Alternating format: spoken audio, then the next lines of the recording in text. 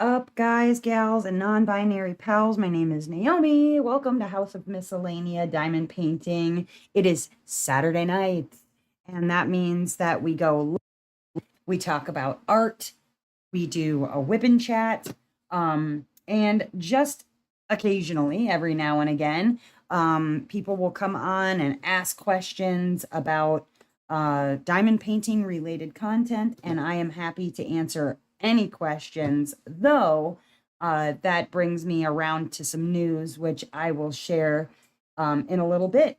Let me go ahead and say hi to the people in the chat waiting. Hello, Diamond Queen, Diamonds Around the World, Goddess Jen, Alice, and Wallflower. How are you guys doing? I'll tell you guys really quickly about my tools. I have a tray from Firefly.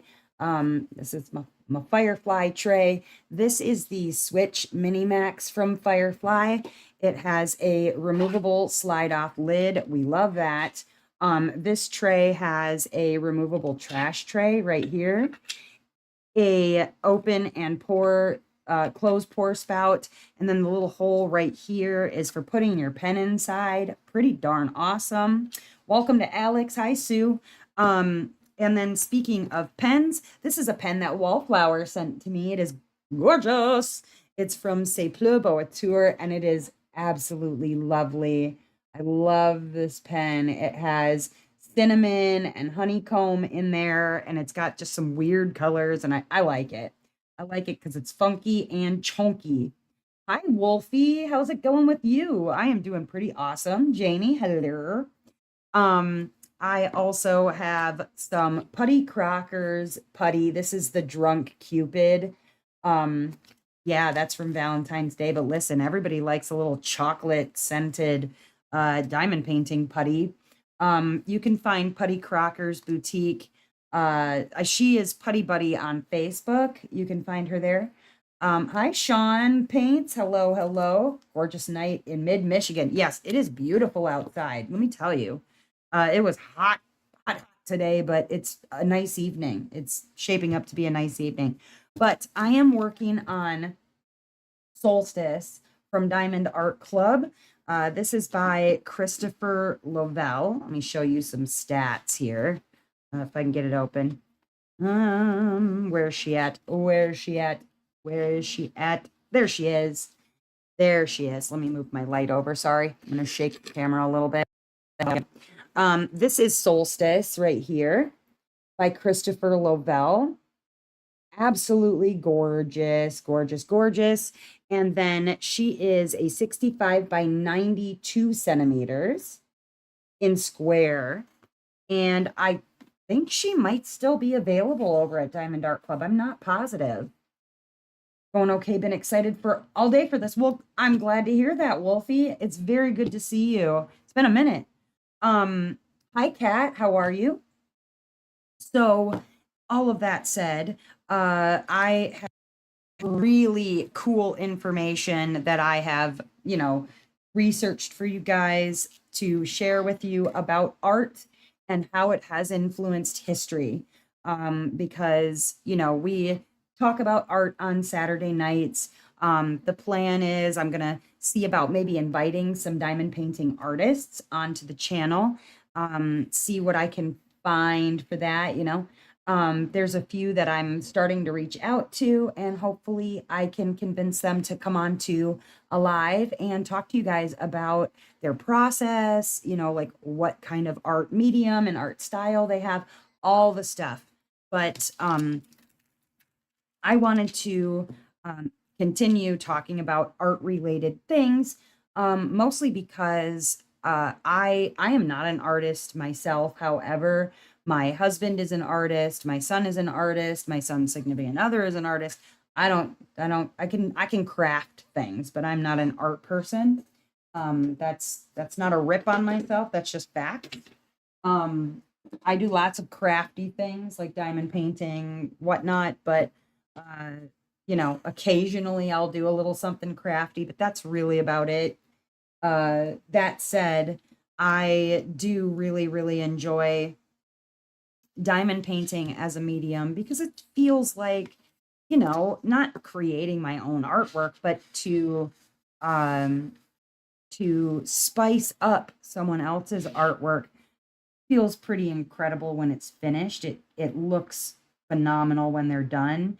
And then I have artwork from various people that I can hang in my house, and it looks, you know, close to the way that it looked, in their original form. So anyways, it has been a busy one today. I've been running my tail off. If you are in the Discord and you do any of our like nightly kind of chat hangouts, you know that I've been busy today getting things ready for an inspection because we're doing some refinancing on our house. Hi, Crystal, welcome. Um, Doing some refinancing on the house, and uh we want to, get that done, whatever. But in order to do that, they have to come back and do another inspection. And it's been 2 years since our last one. Ooh, go black one. So it's of course hard to see. It's been 2 years since they did the last one. And if you've ever purchased a house or like refinanced a home or anything like that, it can be a lot of hoops that you jump through for refinancing. It'd be a whole lot of hoops that you jump through for financing in the first place. So uh, it's I don't wish it on anybody, but we were getting some really we were getting some stuff done today, you know, appeal, whatever, blah blah blah, that an inspector would care about. And I was working inside the house. Dustin was working outside the house. We're just both poop exhausted. He went to go get beans because the in-laws are beans sitting, and he's gonna come home with beans. So hopefully, beans will be not a complete butthead when he gets here. We'll see. We shall see about that. But I got together some little factoids for you guys about the way that art has affected history, and little tidbits of information about how art has changed history, because it has been incredibly influential for a lot of different thingies. So let me pull up that information and kind of go starting right up at the top and see what else we've got. Let's go up. There we go. All right. So, there's obviously been a profound impact by art on history, and it has shaped societies, it has inspired movements, it's influenced thought across all cultures, every one of them. Um, and I've got about 50 examples. We'll see if I get through 50. Maybe I get through 10, maybe I get through 15. Who knows? Maybe I get through all 50, but I'd like to talk about it at least a little bit and invite you guys to the conversation about the different ways in which art has changed history, whether you knew some of these things or what you know about these things. I know we've got some art buffs out there in the world of the YouTube Live. So, hi, Michelle, welcome. So if you do know, if you know, you know, go ahead and holler it out. So I wanted to start with one of my favorite art movements and really time periods, and that's the Renaissance.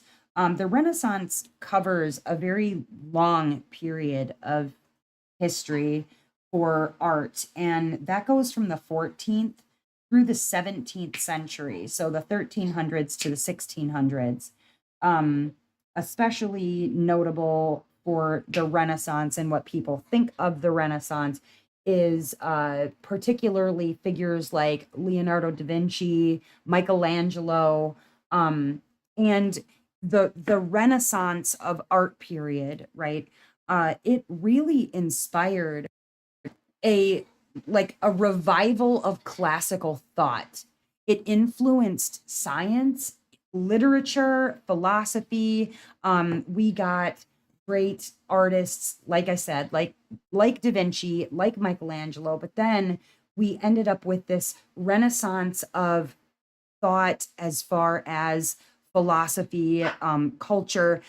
Queen Elizabeth was a famous Renaissance art connoisseur, right? She really brought a lot of um, that wave of art into Europe and the United Kingdom because she was just obsessed with artwork. She really brought people to forward thinking, progressive thinking.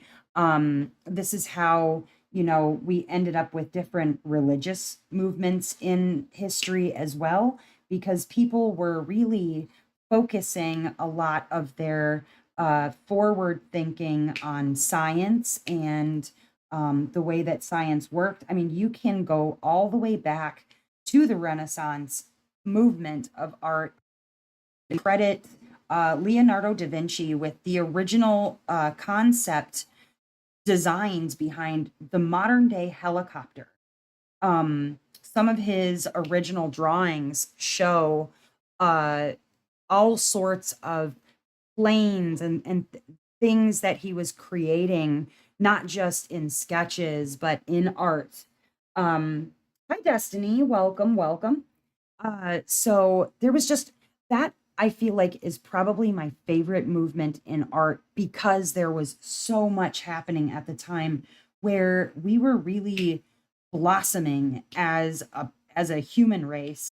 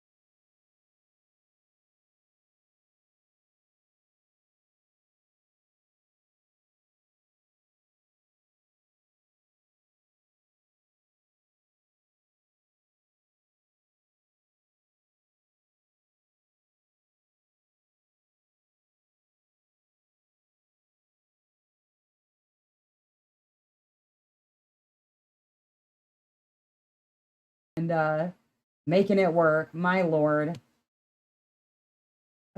Can you guys see me and hear me? I hope so. Oh Lord. What a mess. Let's see if this is still going. Oh, beans, don't even, sir.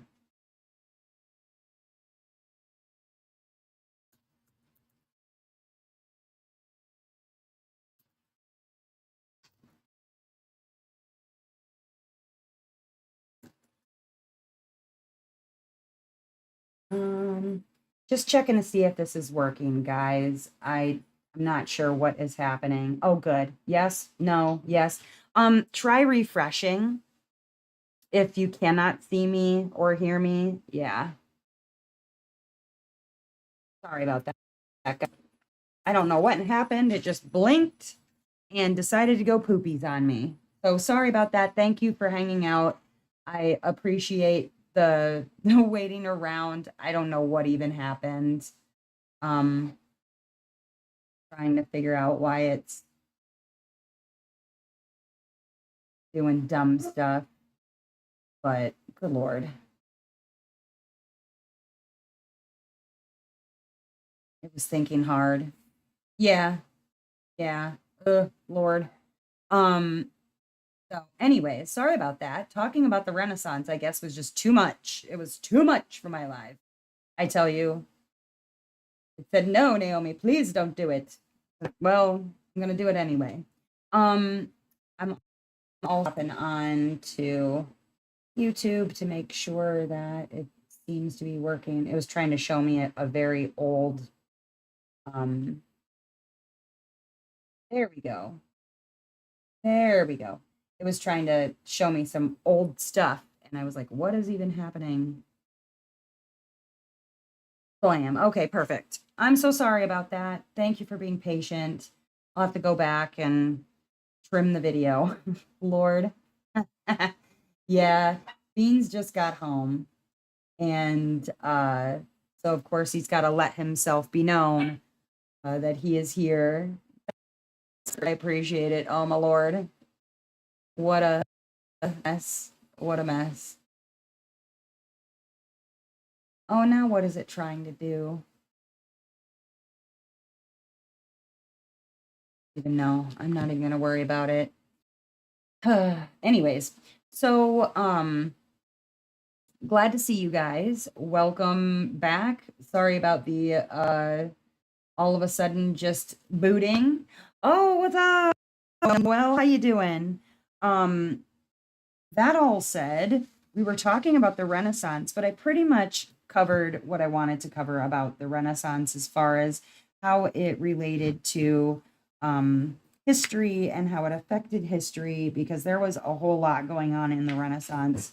Um, some of our best and my favorite artists came out of the Renaissance period, but the Renaissance, as far as art was concerned, was spanned over 3 centuries. So, there's a whole lot there to like and enjoy. If you like art, you probably found something between the 14th and 17th centuries to enjoy. You know what I mean?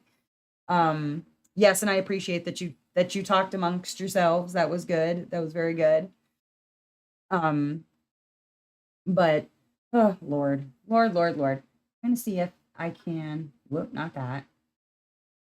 Was trying to reopen the chat window, but it didn't want to tell me anything. So there's that. Whatever. It is what it is. Um, I'll just read it off of the YouTube screen. It'll be fine. Uh, but anyhow, glad to see you, Noel. Welcome, welcome. Uh, I want to talk next about some further, like, how art influenced history. The Sistine Chapel from 1512, Michelangelo's frescoes, specifically in the Sistine Chapel, really influenced a lot of religious and cultural shifts. Um, there were a lot of like the Sistine Chapel really became a powerful symbol of the Catholic Church's artistic and political dominance, and they really made a show of it with the Sistine Chapel. Um, work on the Sistine Chapel took years and years to complete, and it really did show sort of like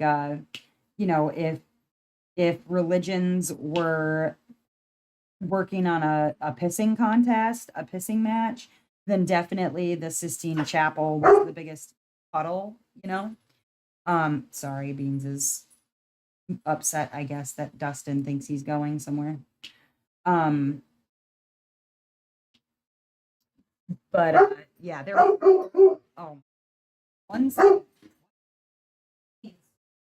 No, no, no.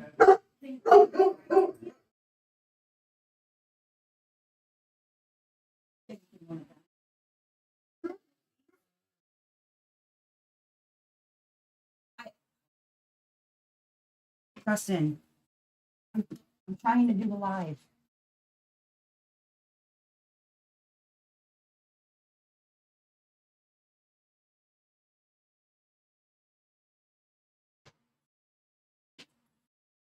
But the minute that you leave, he's going to start doing it again.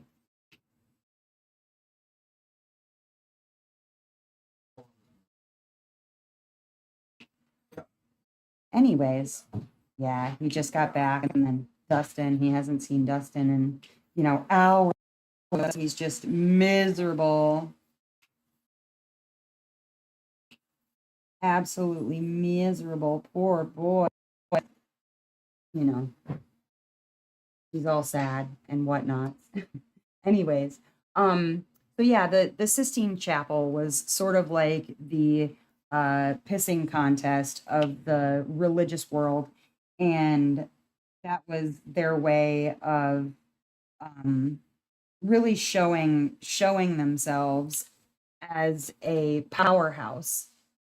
Yeah, exactly, Sarah. Like, look at me, I'm here. I know Dustin wants to run to the grocery store and get a few things, and so he's being a butt, really being a butt. And if I could get him to come over here and sit with me and just be quiet for a minute, then Dustin could just go to the store. Fine. But I guess he just doesn't want to do that right now for whatever reason, because he's a butt. Um, other art influencing history. I believe it's pronounced the Guernica by Picasso from 1937. Picasso's Guernica, it really captured the horrors of the Spanish Civil War, and it became a timeless anti-war symbol. Chloe, relax, Chica. Quit scratching yourself. Um, it was an amazing anti-war symbol, and so that was definitely influential to history and showed a lot of history as well. There was like Egyptian art obviously had a ton of influence on today's art history even. You look at ancient Egyptian tomb paintings and sculptures, and they really reflected their beliefs in the afterlife. They influenced modern archaeological study and really our understanding of ancient religions. Um, it was really one of the first styles of art that also could be considered language, because a lot of our history was told through story. It was told through storytelling, art art pieces, sure, but it was pictographs. It was pictures of what was happening. And then we started to see history that was written down. And prior to Egyptian tombs and things like that, we didn't really know a lot of those old stories. This is how we also were able to discover that, uh, you know, so many of our stories that, modern day tellings of those stories had originated as far back as ancient Egypt. A little bit of an interesting fact for you. Um, did you know that Cleopatra, Cleopatra was around at the same time that woolly mammoth walked the earth? We think of um, these things as really ancient, right? Ancient history. But yeah, woolly mammoths were around at the same time that Cleopatra was. Pretty interesting stuff. Um, and then, I mean, I've always loved ancient Egypt, Egyptology, the study of Egypt. These are the eyes of Horus. Horus was the like bird-headed god. He was known as the Watcher in ancient Egypt, and I don't know, I connect with Horus in a lot of ways. I've always kind of been a watcher. I watch things, I people watch, I observe. I like to observe, I like to be observant, and Horus watched things, so definitely could connect. I don't know if it's because it's been humid in here today, but the glue on my painting is not wanting to be very gluey. I don't know why. I only just opened this square last night, but I notice over here the glue is not very tacky. Not sure what's going on with that. Making me, I might have to switch up my painting and then put some glue on this later. That actually might be a good idea. Let me put this down and then I'll switch it up. We'll switch it up, guys. Um, Greek sculpture also had a huge influence on art and art history, and our history, right? This is like 5th century BCE that I'm talking about, where you would see idealized human forms in Greek sculpture. Um, it later really influenced our concept of like Western concepts of beauty, anatomy, perfection. This is where you are seeing, certain bodies depicted as muscular, or woman's body as Rubenesque, or, what have you. It was sort of the ideal body in Greek sculptures. Um, what diamond? I know. I'm a little nervous about the glue. I'll put glue on it later, but I don't want to mess with that right now. I mean, unless you guys want to see me put some glue on here. But it has been humid and it was dusty in my house today, so I don't know. Could have had something to do with it, but let me see what else I got. I see what else I can work on. Um how about let's go with my let's go with my lazy river craft. I haven't messed with her in a minute, so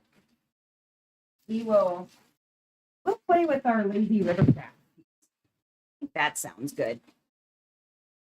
This artist is Ultramar, is the name of the artist for this piece. And before I get it into place, I'll kind of show you a little bit more of it. This one is from Lazy River Crafts. Like I said, it is by Ultramar, which is one of her artists. Let me move my camera here a little bit. I'll show you the whole piece a little bit better. But she is stunner. I love this one. I love the fact that you can see her elbow under the water. You can see parts of her hair flowing under the water. Like, just really amazing piece of artwork. And Ultramar is a fantastic artist. I love this piece. Um, I've been working on this one for a while. This was my secondary piece for Wings and Anythings. And sometimes I get, a little wild hair to work on her. And I'm really, really, really just pleased with how she's turning out. So we'll work on her for a little while tonight, I guess. That's all right. That's just what we're gonna do, you know. Let me move this back down this way. We can see a little bit better what I'm working on.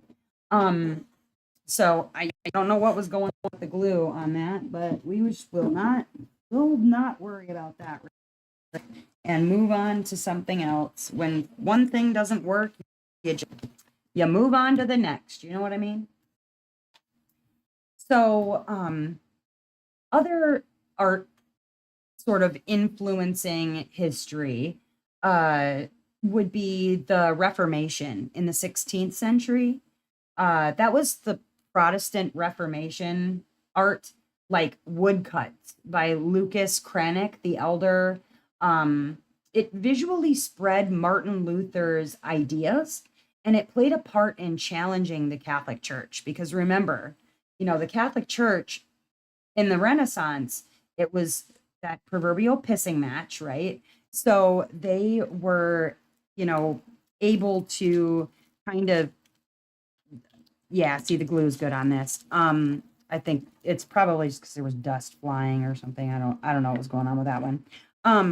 But they were able to kind of challenge the Catholic Church by saying, like, look at what we got, look what we can do. That sort of dealy. Um, yeah, thank you, Goddess Jen. I'm loving it. Absolutely loving it. Um, Another would be like Roman architecture. Uh, there was like the use of arches, the use of domes, concrete in Roman architecture that influenced like building techniques into Western civilization, including during the Renaissance and in modern architecture. That whole idea of a keystone was brought about by Roman architecture. It is very important to the way that we, even now, the way that we build things. So I'm looking for the color that this one I'm supposed to be using. There's also like Gothic architecture from the 12th to 16th century. Now, mind you, that's the 1100s to the 1500s. The pointed arches, flying buttresses. This is said buttresses. Stained glass inside of Gothic cathedral like Notre Dame. It influenced religious experience and medieval European identity. Now, I personally adore, adore stained glass. I've done stained glass myself. It's absolutely beautiful. Always wanted to go in Europe and see all the sculptures. I know it. Yeah, I can see your message, Jamie. But I don't see, all I see is what says test. I don't see anything about Little Lizard Garden though. So I don't. Sarah says Saint Hapelle in Paris for stained glass is amazing. Yeah, I personally I adore stained glass. Dustin and I, for a hot minute there, were making a lot of stained glass pieces. Like his parents have a stained glass piece that has a lotus actually in their front door that I designed, like literally hand drew, designed it, and then made for them for a Mother's Day gift for his mom to put it up. And it is really a beautiful stained glass piece that's now it's in their back door, I believe. But yeah, it's one that I had actually designed and made myself. We have a koi that's hanging in our bathroom window. Um, I love stained glass. Dustin made one of Edvard Munch's the Scream. He made one of those. Just absolutely just beautiful, beautiful stuff. Um, and he did that back in high school, I believe. I would love to go to Europe and see some of the stained glass. I mean, even the artwork, just any of the artwork really, because it's so just it's beautiful. It's so affecting and then surprising too. I have coloring books will travel. Welcome. About 40% done. You haven't worked on it this month. You haven't worked on Little Lizard Garden at all this month? I feel like you just did a square of it like a week and a half ago. Maybe I'm crazy. I don't know. Could be. Wouldn't be the first time I'd heard it. Um, then there is like Baroque art. It's very it's just it's full of grandeur and emotional intensity. And it was used by the Catholic Church in the Counter Reformation to convey religious grandeur and to inspire faith. Again, you have to remember that, like, back then, like the Lutherans, the Protestants, the Catholics, they were all having this giant pissing match with each other to see who was right, basically, who could show the most wealth and who could show the most influence over people. There was just a lot going on with regard to everybody versus the Catholic Church and who could show opulence and who could show grandeur and because of course if you could show that you had more money then you could show that you had more love for God, right? Because that's how that works, of course, is throw money at it. That's how you show that you love God in all ways. And it's funny to me that all of this grandeur, right? All of the money being spent, and if you're into the idea of um, Jesus like flipping tables and telling people like you're not going to find God in a brick building, like stop taking all of these poor people's money. But they took all of the money and then used it essentially as a ad campaign for their own churches. Pretty fascinating stuff. But the resulting artwork from all of that is really just phenomenal. I mean, we talked about the great castration that happened where the Catholic Church went around removing penises from all their statues and adding fig leaves and things like that.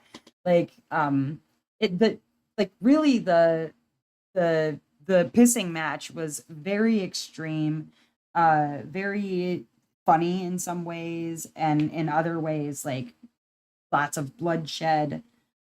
So it's interesting to me how that the art that survives it speaks to us now, in our current, in our current states in our lives, like what we think about uh, art as a medium and the the general grandeur and um for some people it can be really excessive. Like artwork is maybe not as common to see in some places because they think that that's maybe a luxury that they don't have time for, or that they don't really take the time to appreciate, or what have you. There's just a lot around art, which is why I like to talk. Hi, Vanessa. Welcome. Yeah, some of the architecture is also its own kind of art. It really is. Um, so I agree with you, Jamie. I'd love to see the architecture, the art. I mean, I've never been to any part of Europe. I'd love to go at some point, someday, when I'm filthy rich and can afford it. I mean, you don't have to be filthy rich, I suppose, but you gotta be richer than I am right now. Um, but yeah, I'm so just blown away with the kind of artwork that the world has seen over the years and what that artwork has meant for people, right?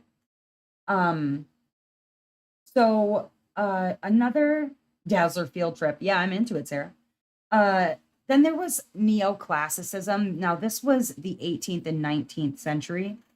Neoclassical art, inspired by the ideals of the Enlightenment, it reinforced the democratic revolutions in France and in America. Uh, just art pieces that would really reinforce the thoughts and feelings of people in those times. I mean, if you look at what was it called, Sarah? La Liberté, the one that you have a diamond painting of, where the woman, she's standing essentially atop a pile of corpses. She's got a boob out because she's obviously been through something. Um, and it was very much the people versus the aristocracy, and um kind of their own fight the power ideal of, we're starving. Marie Antoinette says, let them eat cake, which she probably realistically and historically never did say. They're finding out that, that idea of the aristocracy not paying attention to the needs of the common person, and how that affected democracy as time went on. Very interesting stuff that you can go all the way back. And it kind of makes you wonder with our like current political state. And I'm not going to speak on politics and my thoughts on politics, but I will say that you kind of wonder what art will come out of kind of today's modern world, and where we are in it, where we find ourselves in it, where we feel like we fit in it, and what it will say. I mean, you've got artists like Banksy out there doing graffiti, and actually, I'll be talking about that in a little bit too. Um, there was the another historical kind of art movement. Bacon, don't you jump on this table. You got crazy eyes right now. Thank you. I don't know what you're looking at. You stop it. Um, there was the Harlem Renaissance in the 1920s. This was where African American artists and musicians like Aaron Douglas and Duke Ellington influenced cultural identity and civil rights movements through their portrayal of Black life in America. And they called that the Harlem Renaissance. Um, there's so much coming out of the Harlem Renaissance that depicted what it was like for Black life in America. And you think about it, like that was the 20s, right? And times were changing. Yes, there was freedoms for some, not freedoms for all. You had, still had separate but equal. There was certain things that were, and of course it was never equal.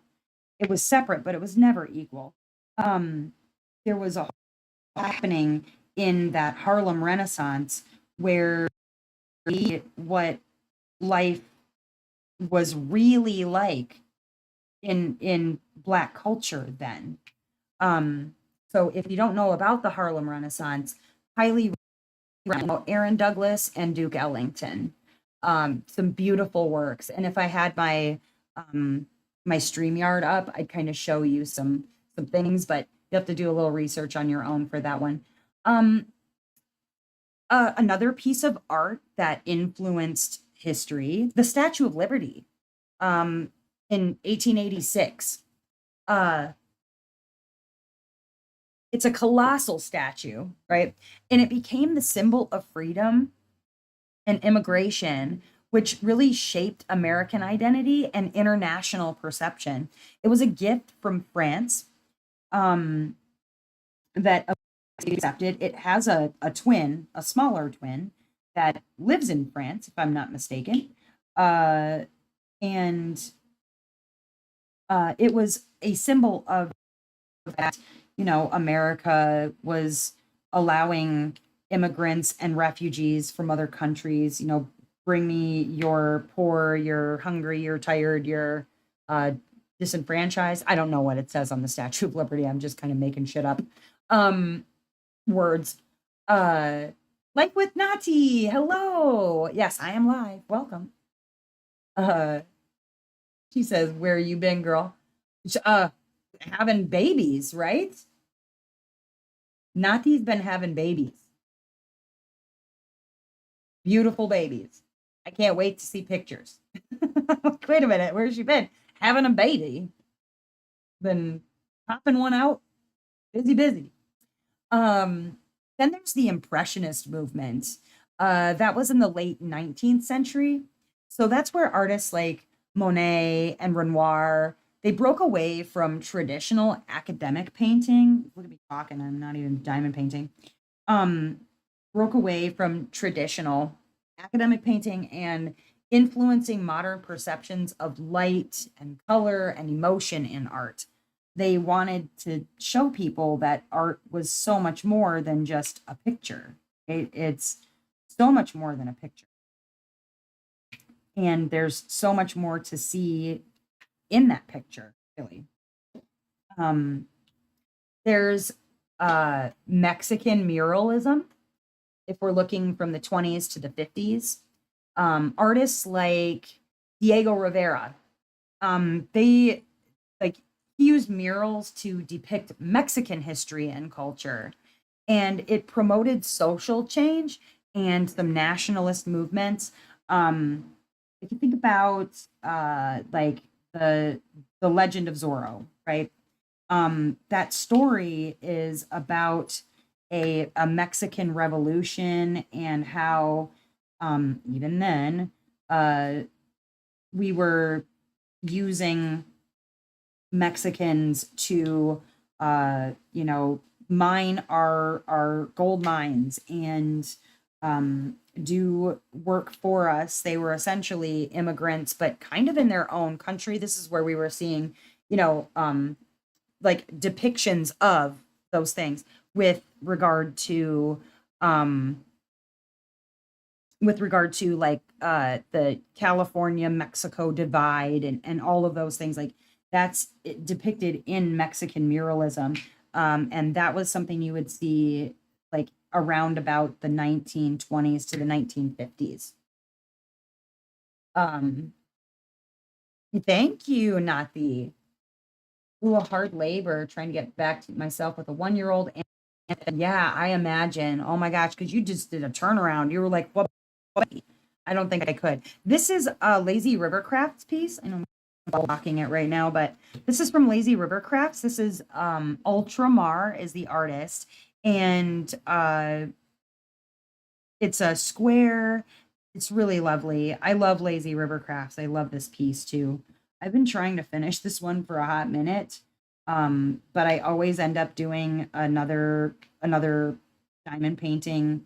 And I'm really kind of taking my time with this one because I like it a lot. I'm enjoying the experience, you know? Um, a little bit of mild gapping, but nothing that I'm terribly upset about. It's mostly in like the lighter parts, of course, because that seems to be where the gapping ends up being. But all in all, I like the artist. The canvas is good. The glue is great. The drills can be a little bit trashy, but not beyond what you'd be used to seeing from any place that isn't Diamond Art Club. I mean, yeah, it sucks because anywhere, literally anywhere that you're paying a premium price, you want your drills to be perfect, and that can't always be the case. But I've not got really any complaints about the drills. I feel like it's good quality, um, and I felt like it was um, fair pricing too. Like, I don't feel like she really overcharges. She charges you, one, because it's licensed artwork, and then two, based on the size. Like this is a really good size painting. I forget how big this one actually is. She is a 60 by 82. So she's a big painting too. Oh no, an emergency C-section. Woo. I did with my first and then planned with my second a C-section. So I hope that you're recovering well. That's a lot, but glad you have a good support system too. That's big. Um, and then there's going back to art history. There's the Bayeux tapestry from the 11th century. That was like it was an embroidered piece of artwork chronicled and it chronicled the Norman conquest of England, which really like gave us a better understanding of medieval history in that particular tapestry or embroidery. You know, some people will think like, you know, embroidery isn't exactly like art, of course, like traditional art, it's a fiber art, but there are some amazing tapestries that are just phenomenal in the amount of detail that you see in them and what they're showing. It's amazing to me. It's sort of like cross stitch in that way where just like with diamond painting, you can really get a lot of good detail. I mean, based on size, obviously size matters just as much when it comes to cross stitch and tapestry as it does diamond painting. Where the bigger the better, obviously. Oh no, don't worry about changing the subject, Nanti. You're fine. Hi, Angela. Thought you were late. You're just a little late. Don't worry about it. I've been on for I don't even know. It's been a little bit. Like 40-ish minutes, 35 minutes. Nothing major. I had a little oopsie poopsie where I was offline for a good 5-10, but it's about 8:30 now. I'll be on at least another hour, so you're good. Cross stitch kept me busy when I couldn't sit to diamond paint. Oh, I bet. Oh, you didn't get a notice. Hi, Francois. Welcome. Um, yeah, I used to cross stitch, and the problem was that, you know, like in my row, and it would be the whole row, and then I would just be so frustrated that I needed to go rip out that entire row. I'd end up throwing it in the garbage after, you know, you spend $100 honestly on materials, on the pattern and whatever. Like this was back when you could buy the pattern. It came with the floss, it came with the your canvas, right? For your cross stitch. And it was like 80, 70, $80. And that's a lot of money to just throw away.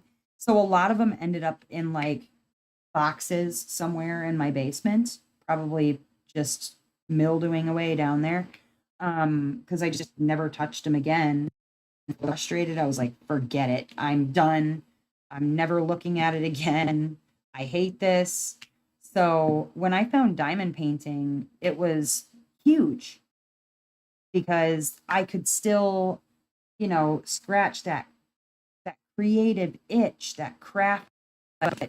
I wasn't I wasn't throwing things away unless it was just, you know, crappy materials or whatever. Nothing awful. So, um, let's see. There's a lot of cross stitching, so I need bifocals. And yeah, I that would do it. Hi, Wicked Kitty Princess. I didn't even see you come in. Did I? Yes, I did. What am I talking about? Wait. Did I? Maybe I did not. I think I did. I'm going back. I gotta look. I'm like, did I already say hi? I didn't. Hi, Wicked Kitty Princess. How you doing? Welcome, welcome. Two diamond paintings come today. They got numbers on it, but no picture. Numbers on it, but no picture. Angela, you're in the Discord, right? Otherwise, send me a picture to my email on what you're talking about. That's very weird. Numbers, but no picture. Because maybe did you get a mystery? That seems very weird. That's the only reason I would think you wouldn't get a picture on it. Because if it's a mystery one, yeah, see, Sarah's asking the same thing. But send me an email. It's House of Miscellanea at Gmail, and I'll take a look at it and let you know like what I see. But that's very strange. I don't know why I wouldn't have a picture on it. Unless you mean like the picture that comes with it or whatever, like this like a sticker sheet or something, because they don't. If they're cheap ones, they don't.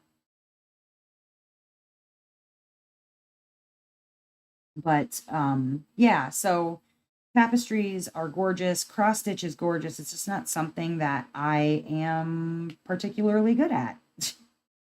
Honestly, it's a little sad. A little sad. Sad, sad, sad. It's not a mystery. It's scenery. What? Yeah, what company did you get them from? That's weird. Yes, and Michelle, thank you. Don't forget to boop that like button, you guys. If you would not mind. I'll even boop my own like button. Look at that. I booped my own like button. Trixie, Trixie. Um, yeah, so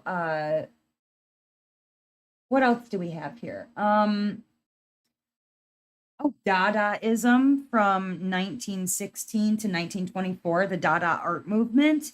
It rejected traditional aesthetics and it influenced later avant-garde movements and it challenged societal norms after World War One. It was like uh, a whole new way to just jumble things up in a way that didn't seem to make any kind of sense, but was like, look, anything can be art, right? Like, really anything, especially when it comes to Dadaists, you know, it's a little all over the place, but we like it. There was, oh, Chinese calligraphy. Oh my gosh. So, as an art form, calligraphy from China influenced the development of East Asian written languages, and also it reflected the importance of literature and scholarship in Chinese society. I mean, it really is. It's sure it's the written word, but it is the written word in, and it's so artistic. I mean, it really is a beautiful art to do Chinese calligraphy. You see like Chinese writing, it looks like artwork. It's like, oh my gosh, that writing looks like a piece of artwork.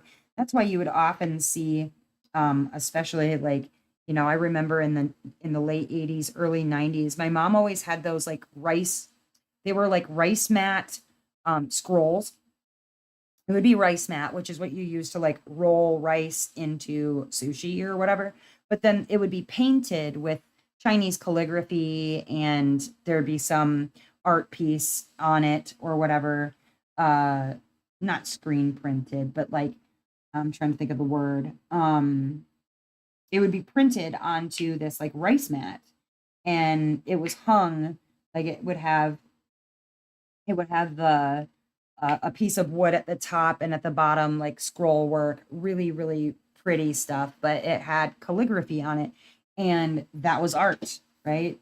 Just that was art. And I mean, my mom had this like wicker obsession when I was growing up.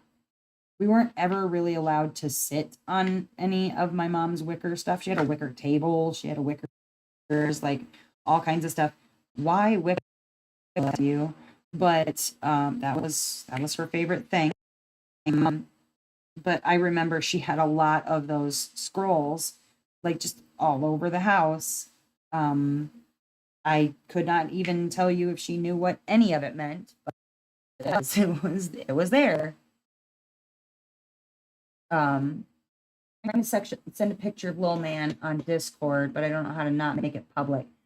You can send it to, well, I mean, it's public on there, but public with regard to like the 100 or so people that are on Discord. But if you send a private message on Discord, one moment, you can go to your direct messages and then go to find or start a conversation. I'm not sure. Let me see. See if I can search your name. Of course I can't, not right now. But you can send a friend request to me and show it on there. Uh-oh.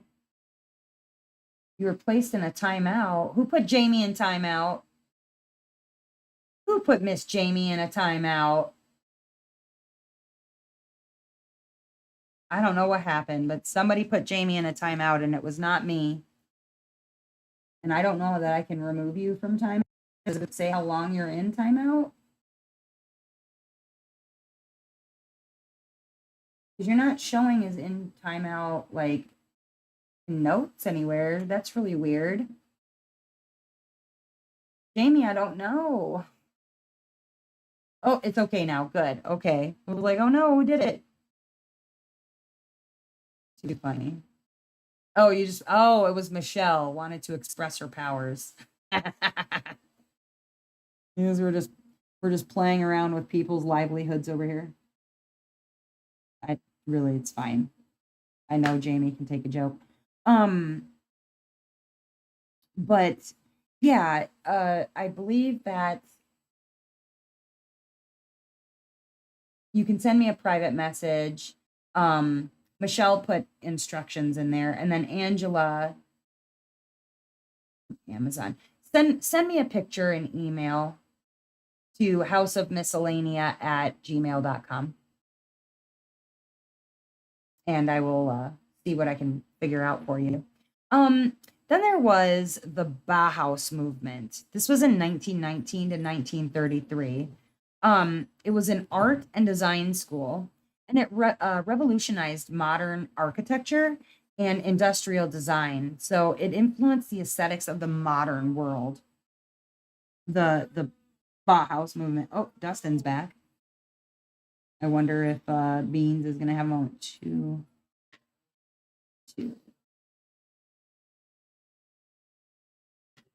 Goofies.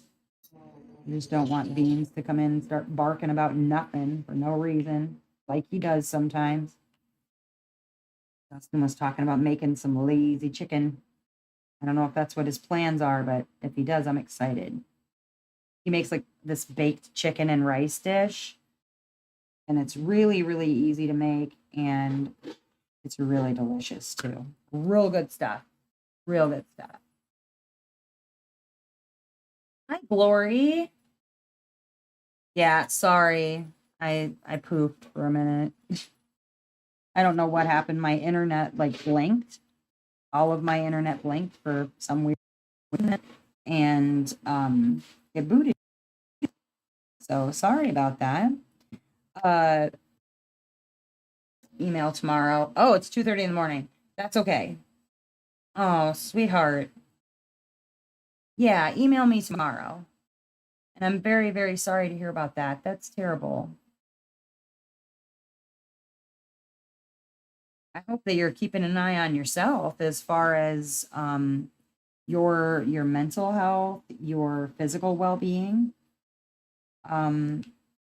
If you send me an email tomorrow, I can also try to help you with getting onto the Discord so that you can join us in voice chat.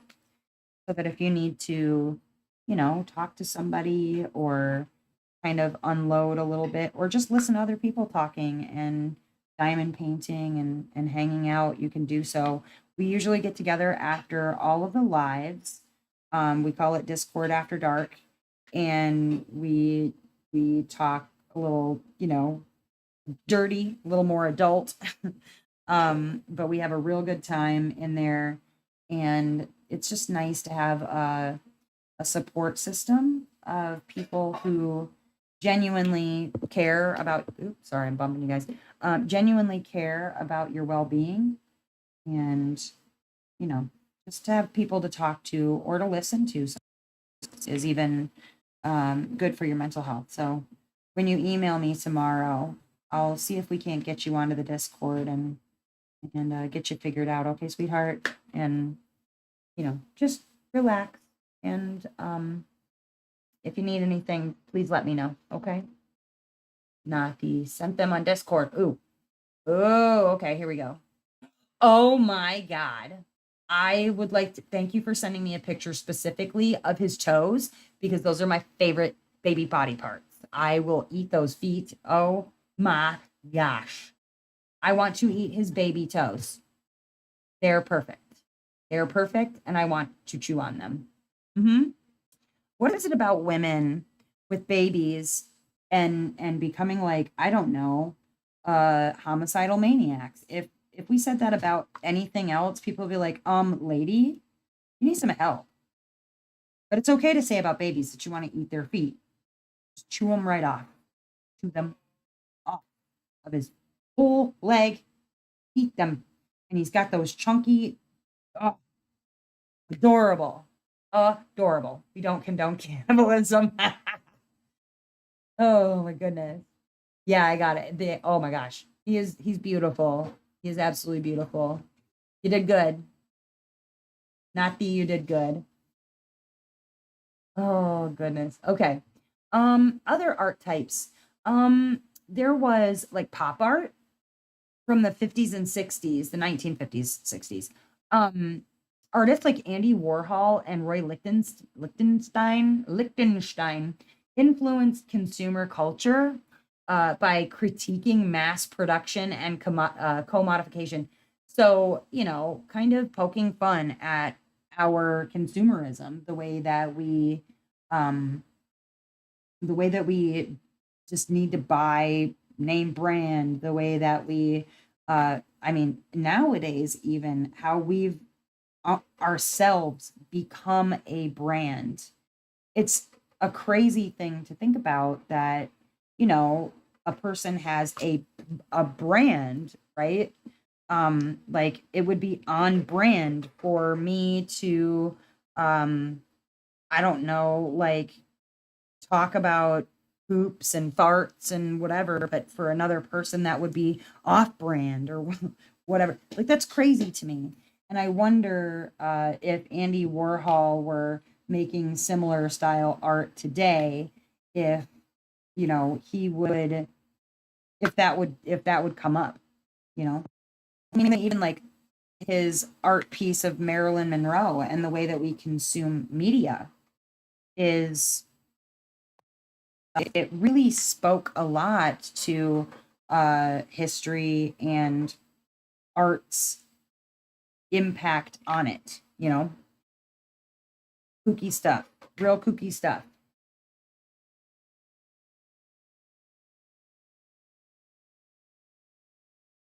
Yeah, Angela, I think, hi, Nancy, welcome, welcome, welcome.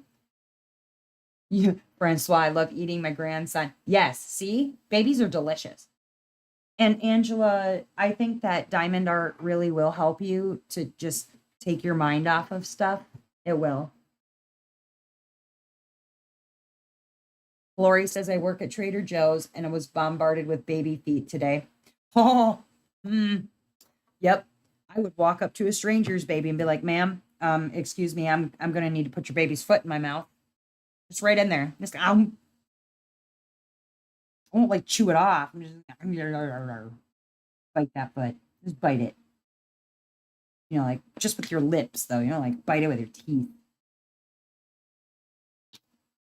Like my mom was the one who taught me that in order to like trim a baby's nails, especially the toenails, the best way to do it is to like literally chew them off instead of flipping them because you could cut them or whatever.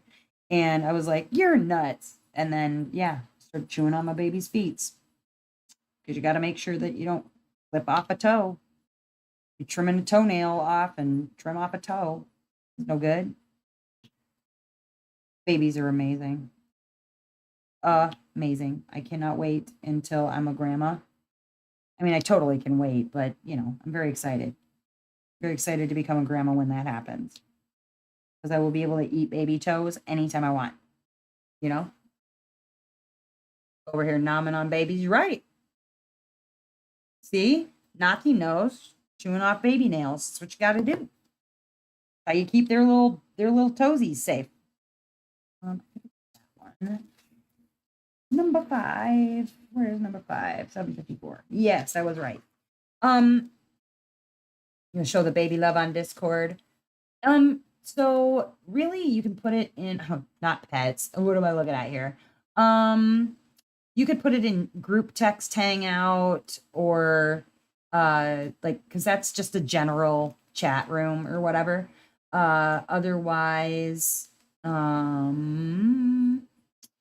yeah, that's probably the best place, I would think. That's just the general chat. I mean, venting, I guess, if you had something to vent about with your baby. Put it and show me your pets. Oh, no. That was Viola.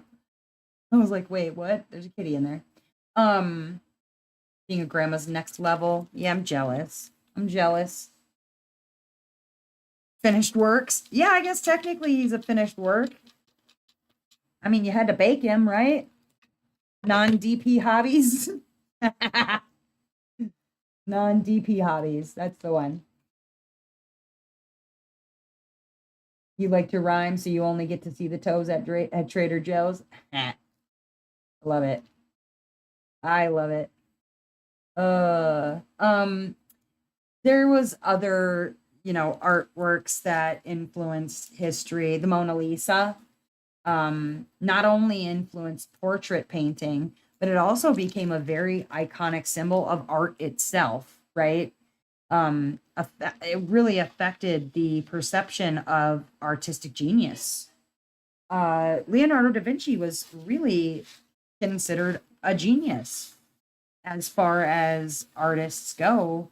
I mean, one, like I said, he's credited with coming up with the concepts for modern helicopters. He was just a very talented and intelligent artist. And then there's the Enlightenment era. That's like especially portraiture and salon paintings. Like when you would have an art piece in your salon, and it usually would be something you'd hang in your salon would be something that promoted the values of like reason, scientific discovery, intellectual exchange. It would be something that would be a talk piece, right? You'd put something in your salon so that you would have people talking about the piece of art that you have and what it means and how it makes someone feel or what they experience when they look at it, you know, like it would be a talk piece or it would be something that would it would be like open discussions for scientific discovery, you know, that sort of thing. Those sort of talk pieces were the first memes. Gloria, you have that exactly right. Exactly right. And you think the hobbying is how he arrived?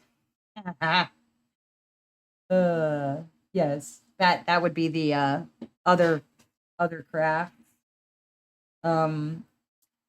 There's so there's the feminist art movement. I mean, that was really like the 60s, the 1960s to present, where artists like Judy Chicago and the Guerrilla Girls, they use their work to challenge gender norms, right? It influenced the feminist movement and social perceptions of women. We love our feminist art. Absolutely love it. There's graffiti art, which is like the 1970s to now. It emerged from urban culture. Graffiti became a form of protest and really like self-expression. Like I said, you look at somebody like Banksy who created pieces like I love the recent sale of Girl with the Red Balloon, Banksy's piece, and somehow Banksy set it up so that as soon as the piece sold for millions, millions, mind you, he set up somehow in the frame that it was placed in to shred at the exact moment that the piece of art was sold. And so basically the person got a millions of dollars piece of shredded paper. We kind of love that. Kind of love that. Yeah, I'm glad that you found us too, Angela, and you're very welcome. You're welcome here. And you're welcome on the Discord. I think you'd really enjoy that. I think you'd really enjoy it there. Um, oh, and what about like Vietnam War and like art from the Vietnam War or anti-war art, like posters and photography of the Vietnam War era? It really influenced public opinion. There were many people who, in those protests, and honestly, to this day, protest art is some it's satire, it's affecting, you've got political cartoons and things like that that speak to a nation. And when you're looking at those types of art pieces, you are really looking at where people are. I remember when the protests were going on here in Wisconsin at our state capitol regarding the unions being kind of like abolished in our area. I remember going to those protests and all of the artwork the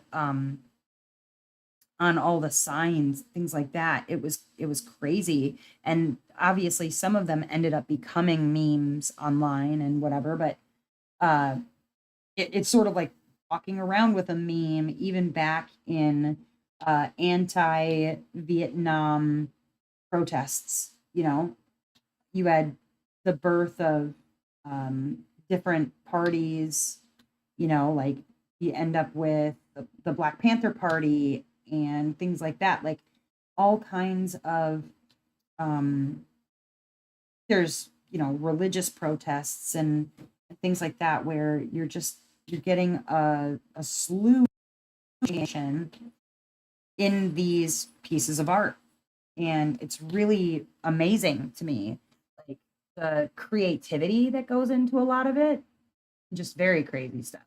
Hi Marie, welcome. How are my dogs doing? Angela, my dogs are okay. Beans is now, it seems like, relaxed and no longer barking.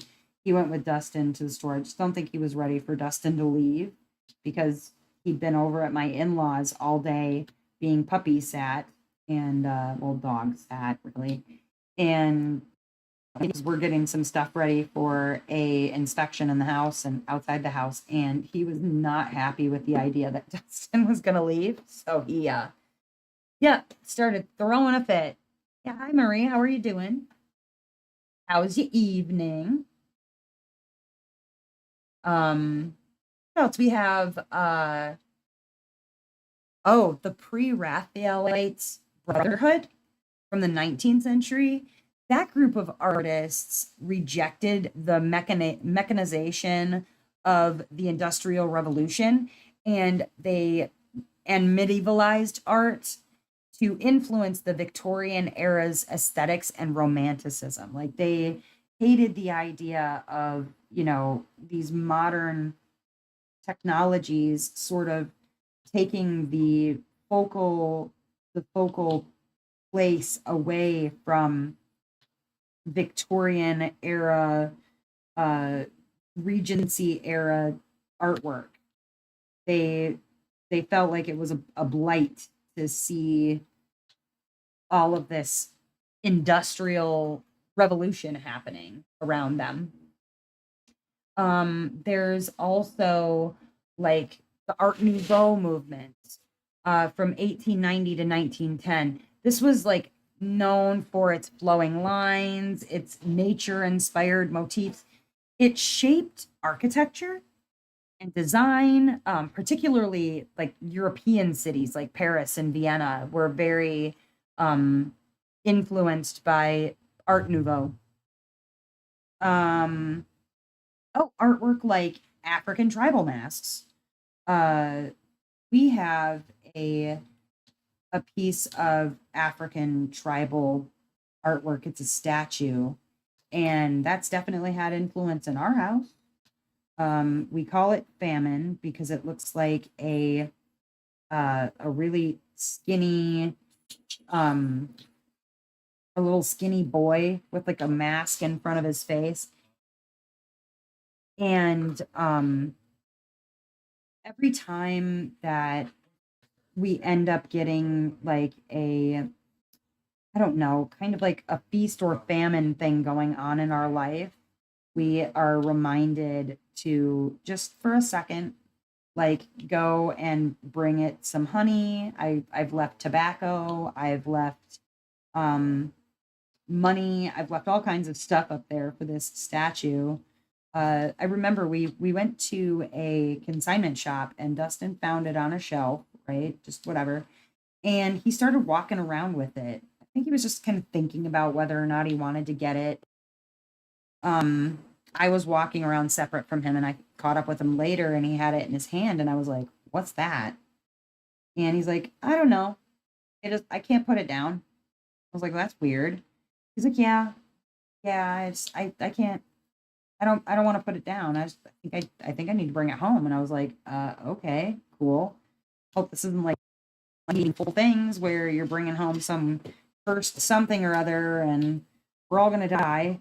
But all right, well, you know, afterward, every person who had touched that statue that day after we, was like literally starving, like so hungry. And I remember we were all just like ravenous after that. And I decided after that point, it got a little place of special power in my home. And like I said, every now and then when things are either going really well or going really crappy, I will bring this like little, looks like a little Ethiopian kid statue, something, like I said, tobacco, honey, money, whatever.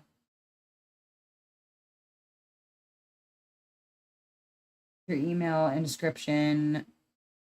Oh, that's weird. Thank you, Michelle. Yeah, that's my email address posted. I am usually live, not the until 9:30, so another half hour. And then we go on to do not we go on to Discord and we do what's called Discord After Dark, and we get on chat on there so that everybody can talk instead of just me. And if you want to join us on there, you're more than welcome. We have a lot of fun. We talk about a lot of stuff. And when you're new, we tend to ask you lots of questions and make you answer lots of different things. So be aware of that. Out the gate, we're going to ask a million and one questions. Um, but yeah, so we brought this statue home and hi Riley, welcome. What's or Rye, sorry. I only read it Riley because that's what it said on the screen. So hi Rye. Um yeah, we brought it home and it became a staple in the house. And whenever things are going really awesome or not awesome, we just remember to just really quickly bring it a little something. The feast going or to banish the famine that we're experiencing or to like hopefully end a famine that we're experiencing, whatever. A little weird, but that's the way it goes. What else? So African tribal masks, they influence modernist artists like Picasso and Matisse. And it led to like the development of cubism and abstraction in Western art. You can thank African tribal math for that. Um, Obviously, there's the Christian iconography, the Christian art, particularly the representation, like the saints and biblical scenes. It played a major role in shaping European religious life and the spread of Christianity. It's like, you know, the memes or uh, the Facebook of old, where if you had a painting in your home, somebody might ask about it and be like, "Oh, that's Jesus," and let me tell you about it while we're, you know, breaking bread or what have you. Um, People would have these paintings and others would ask about them. And, you know, there was a lot of Christian, generally accepted artworks like the portrait of Jesus, which, you know, obviously, as we all know, it was depicted incorrectly because Jesus can't be white, right? He can't be. Not where he was supposed to be from, wouldn't be white. Uh, so it's interesting too to see how we shape things to our image. And, you know, Jesus got that treatment, which I thought was interesting. Uh, in the portrait of Jesus, the one that, you know, everybody's seen, like Jesus looking to the one side. It's like a profile, and he's got flowing brown hair, and he's very light skinned and bearded, you know, that kind of iconic portrait of Jesus. Yeah. James, what are you doing, sir? You're just over there scratching away at the floor, like pitching a little baby fit. I don't know what his issue is, but oh, dad brushed him. Why was he like covered in dirt or something?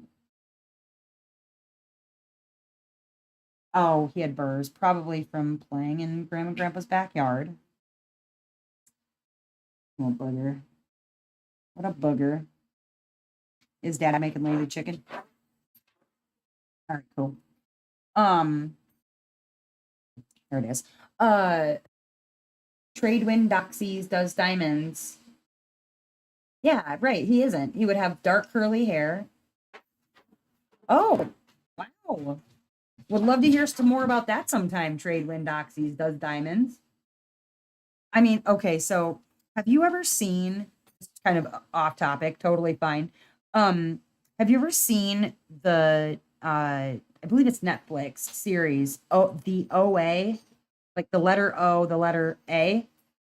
Um, it talks about near death experience and how they use people who had it's fiction, just for the record, it's fiction, but it's a really, really amazing show on Netflix. I highly recommend checking it out.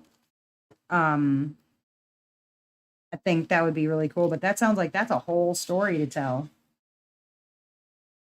That's one way to make me go, whoa, what? Double take?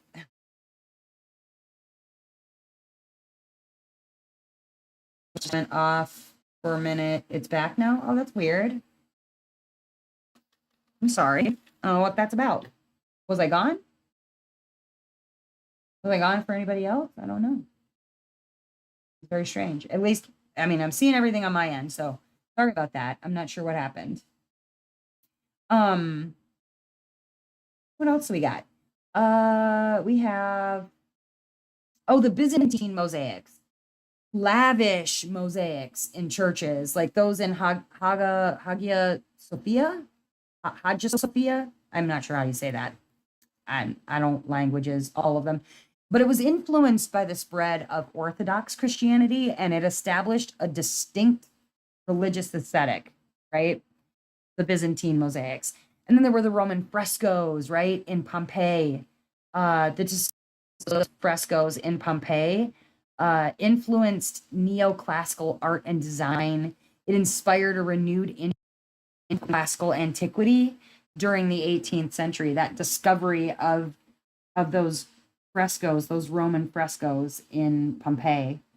That was the city that was completely destroyed, utterly destroyed by a volcano. There's also a movie, I think it's titled Pompeii, and it has the guy who plays Jon Snow in it. It's not worth watching. I think it was just a good way to get the dude who plays Jon Snow to hang out with his shirt off for an hour and a half. Just an opinion, but I did not think it was all that great. But yeah, horrible movie, but amazing for art history. Beans, bro, what are you doing, sir? Lay down. Oh my God. Oh Lord. Makes me sound nuts. People look at me funny. Oh, seem like a dream. Listen, okay, I was born and raised pagan. You really can't say anything that surprises me. And to be like anyone who is religious at all, right? If you can believe that a person made loaves into fishes, or you believe that you're pagan and you believe that you're able to use your energy to change things like I do, or whatever, like, I don't know. To me, it's like, why would it be far fetched to believe that somebody who was legally dead, like legally dead, would see something that they perceive to be on the other side? So I'm sorry that people look at you or talk to you crazy when you share that. I wouldn't. But that's because I'm very, very open minded about things. But, I know not everyone is as accepting of those sorts of things. So I'm sorry, but uh, hey, if you like Discord, you should join us and tell us all about it. Um, and then there's like the it's the Japanese ukiyo prints, like ukiyo-e. I don't know how to pronounce that, guys. I'm sorry. It influenced Western artists, particularly like the Impressionists and post-impressionists. They admired the simplicity and the stylization, and it led to a Japonisme movement. You'll have to look all that up. Too hard to explain. Social realism of the 20th century. Artists like Diego Rivera and Dorothea Lange, they used art to highlight social and political struggles, and it influenced public consciousness and labor movements. There were some really amazing labor movements inspired by those artists. And then you have the cave paintings at Lascaux from 15 BC. The discovery of those prehistoric cave paintings in Lascaux influenced the study of early human civilization, and it sparked debate about the origins of art and whether that is art, or was it writing, or like the debates around those pieces and how old they were, and like, it even ultimately has people arguing about carbon dating and whether or not carbon dating is a real thing. Like, it sparked a lot of just about art and speaking about history and where we come from. And I mean, these are cave paintings, people who existed before. Now, obviously, if you're not into evolution and those sorts of things, it sparked debates on even that. I mean, amazing, the cave paintings at Lascaux. There's also the Gothic revival, which was in the 18th and 19th century. That was inspired by medieval Gothic art and architecture, and it influenced the design of churches, universities, and homes, especially in Britain and the US. that Gothic revival, man. Everybody was into it.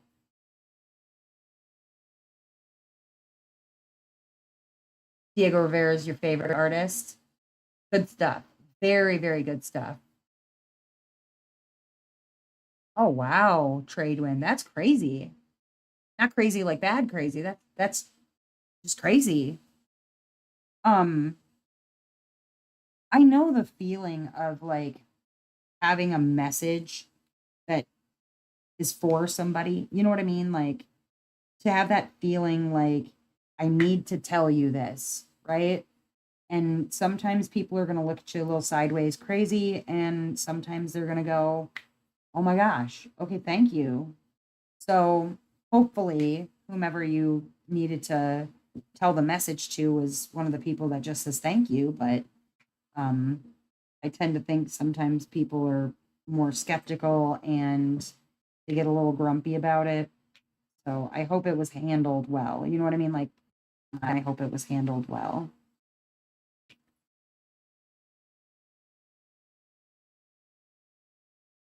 Oh, yeah, interesting.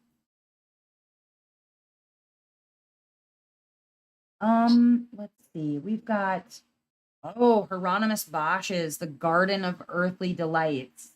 Um, Bosch's surreal imagery influenced modern surrealism and continues to shape conversations about human nature and morality. I'm gonna pull it up. I know you guys can't see it, the Garden of Earthly Delights, but I want to talk about it and I want to look at it while I'm looking at Hieronymus Bosch's Garden of Earthly Delights. Um, because it's huge. It's really complex and enigmatic. See if I can pull it up. And you see this like people have put it on purses, and it's just a very big piece, and it's very like, I think it was a triptych even. I believe it was a triptych. But it was also known as like the Garden of Lusts. Yeah, it was a triptych. Okay, I'm not crazy. I am thinking of the right one. But it there's just like so much going on in it. So much going on in it. Like there was, sex and just intimacy happening. It was like jeez. It was a moral warning or like a panorama of the paradise lost, right? Sorry about the barkies.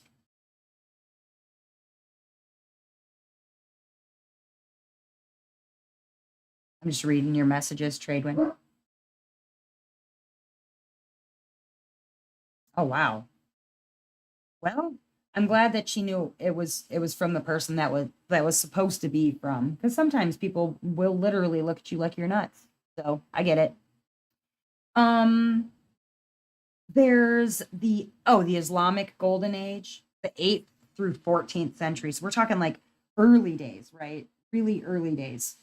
Um, with the Islamic Golden Age, it was like Islamic art and architecture with really intricate geometric designs and calligraphy.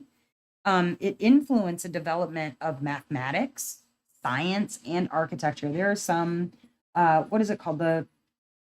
Um, if I remember correctly, this was, and maybe I'm making this up in my own mind, but if I remember correctly, this also inspired like the math around the Fibonacci sequence, which is like the perfect spiral and the way that it goes in degrees. Don't ask me to explain the Fibonacci sequence. I um cannot do it.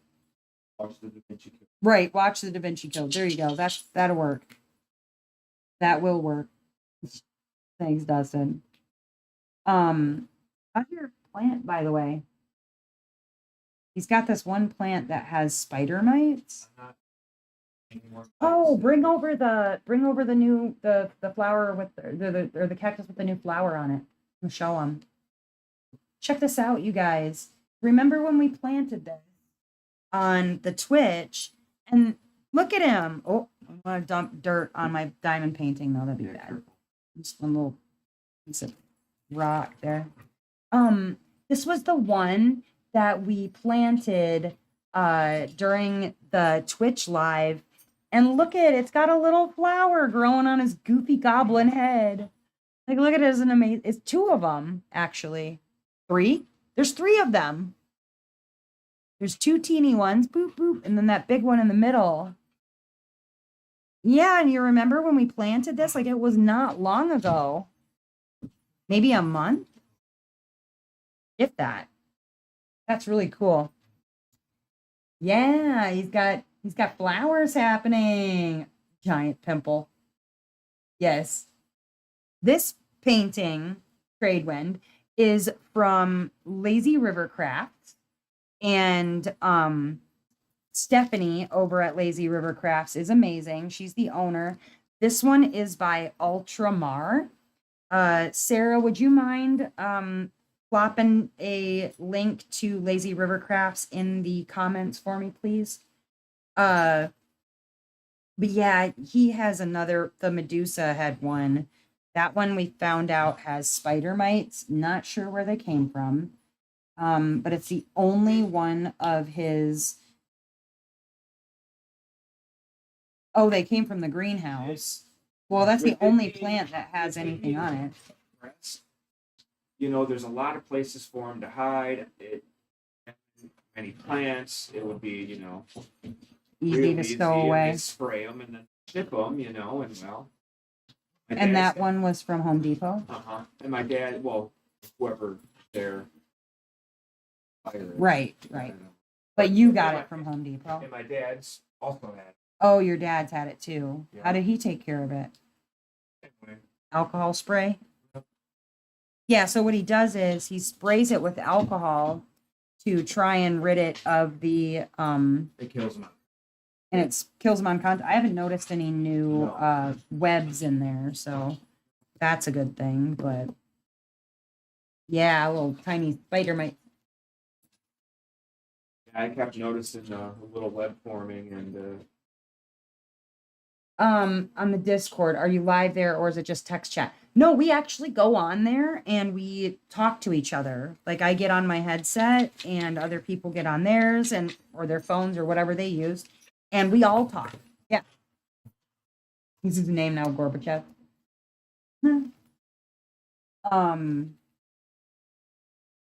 But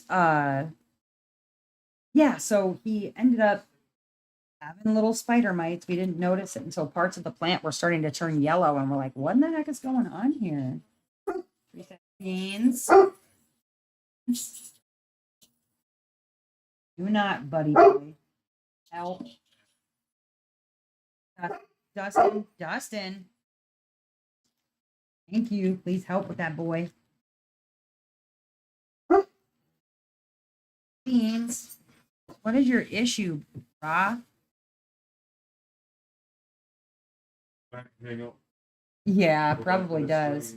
Oh, did they send you that? What's that? Did they send you a video? I don't know. I've been on live. If he sent me a video, I have not seen it yet. But yeah, so we go on to Discord. Watch this. Okay, well, let me look and make sure I apparently okay, so this is what Beans was doing over at the in-laws house. Grandpa took him and put him in the stream, let him go in the stream.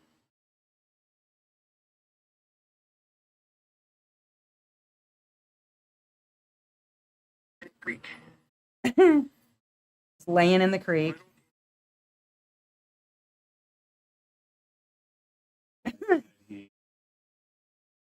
He took one of the old slip leashes, boxers, Yeah. and looped it through the handle of our leash, and then wrapped it around himself. Oh, and tied it Jesus. off. Yeah. I bet he did. Appreciate it, man. Yeah. Don't blame you. Worst case, he has an Yeah, because he would too. He'd just flow downstream. So yeah, he got to go play in the stream by Grandma and Grandpa's house. He loves water. It's very weird. He loves, well, He loves water that he chooses to go in. Giving him a bath, he screams like he's on fire. So there's that. We If can't it's just dirty put river, him, yeah, even if it's dirty river water, he's fine. But until we try to give him a bath, he flips out. Oh, there has been no sugar shame. Well, she hasn't started anything. Bring me sugar. Time to shame her for the people. Probably in Ray's lap somewhere. Someone bring me sugar. Sugar feeling. look at how dejected. Oh, come here, sugar. Come here, sugar. It's time to show you off. Get to show you off to the people. All three of your teeth. Look at, here we go. Here's our sugar. She's got her tongue sticking out. She's sticking her tongue out. She's like, I was just relaxing, guys. What's up? What's happening? Yeah, don't look scared. It's okay. She's like, what's going on? Got my tongue sticking out of my mouth? Yeah, she's figured it out. A little blep, blep, blep, blep. A little blep for you. A little blep. Little blep, blep, blep. Let me touch it. Let me touch it. Like, don't touch my blep. My blep. Oh, sugar. Do, do, do, do, do, do. Oh, honey, honey. Do, do, do, do, do, do. Yep. So Bean's got to live his best life. Now Sugar has been shamed. But yeah, if you want to join us over on the Discord, you can choose not to talk at all if you don't want to. There's a voice option, or you can just write in the chat room. That's totally fine.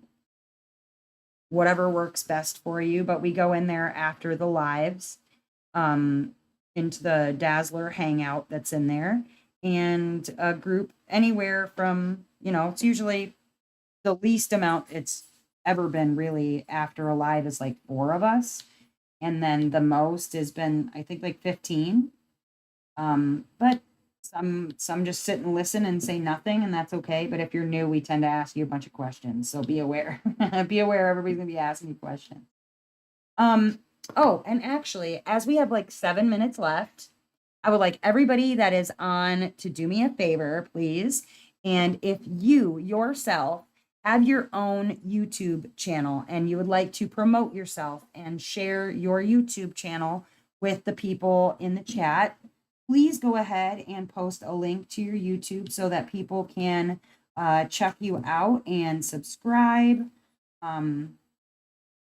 I like to promote our content creators or regular content creators, whichever.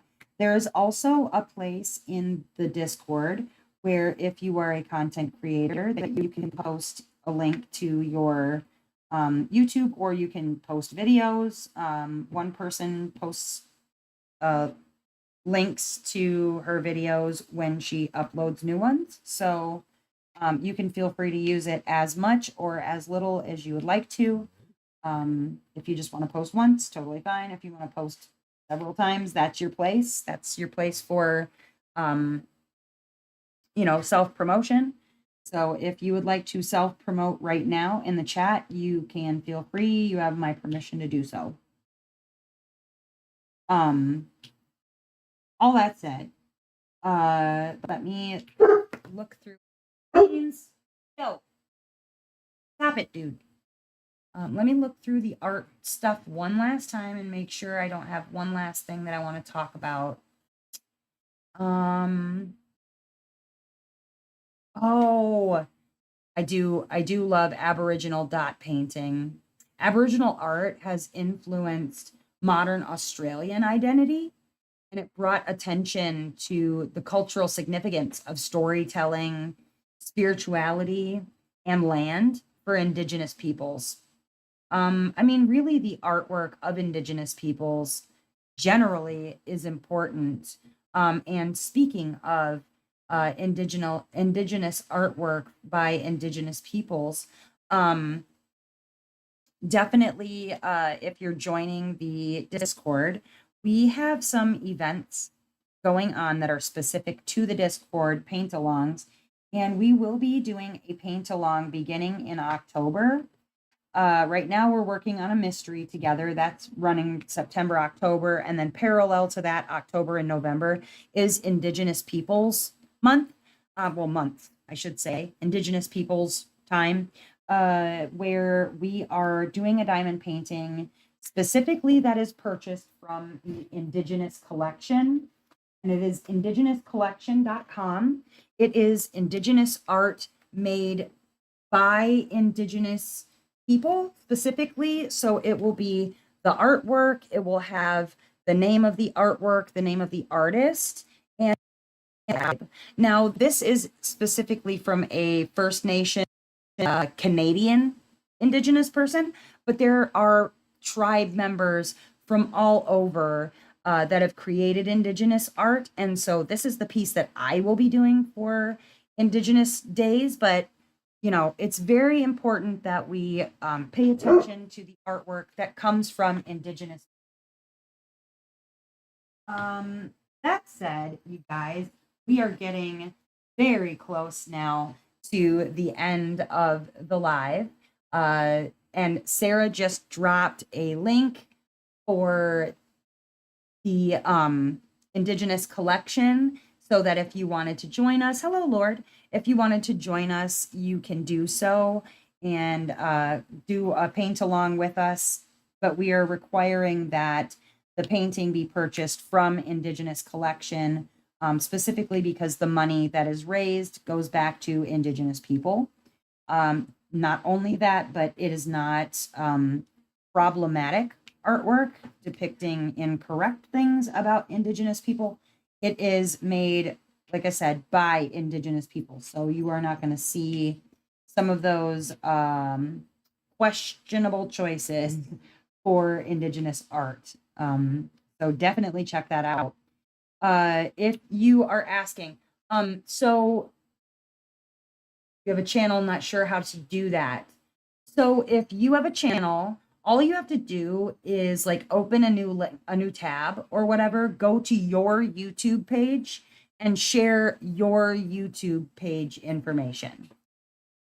Like the link, or you can usually put in like www.youtube.com/@ and then your username. And it should take us to your channel. Oh, happy birthday, Lord. Happy early birthday. Thank you for dropping in. My birthday is not until December. Oh, come on, beans. What a booger. But all of that said, you guys, if you would like to join us on the Discord, like I said, we will be going into the Discord after dark. I'll be staying on there for a little while. I am really tired after today, but it was good to do the live, and I needed some diamond painting time because I'll tell you what, I've been just tired. I didn't get any done today, so you know I needed it in my life. But I hope that some of you will join us on the Discord. If you don't know how to use the Discord, if you post literally anywhere, wherever you can post, and you can ask like, all right, I don't know how to do this, somebody should be able to help you. So if you're completely lost, you can post literally anywhere, hey, please help me. And somebody will come to your rescue. But I hope I see you on Discord after dark. If not, I will see you for the next live, which is on Tuesday. And that will be, you know, our regular Tuesday trivia, since we didn't get a chance to do trivia last week, which is totally fine because we were answering some new people questions. I've decided though that I'm going to be doing a monthly tutorial, like kind of live Q&A on how to diamond paint, or you know, stuff about painting. So you inspired that, Angela. I appreciate it. But otherwise, you guys, I'm going to be signing off, and I hope I see you in there as ever, as always. as usual, I hope that wherever you are in this great, big, beautiful world of ours, that you are having a phenomenal morning, evening, or afternoon, whatever time it is, wherever you're at. And thanks again for joining me, you guys, and much love to you. Big love, and I will hopefully talk to you soon. All right. Oh, and Beans is saying goodbye too. All right. Bye, guys. Yep, there's my parting Beans. Bye, guys.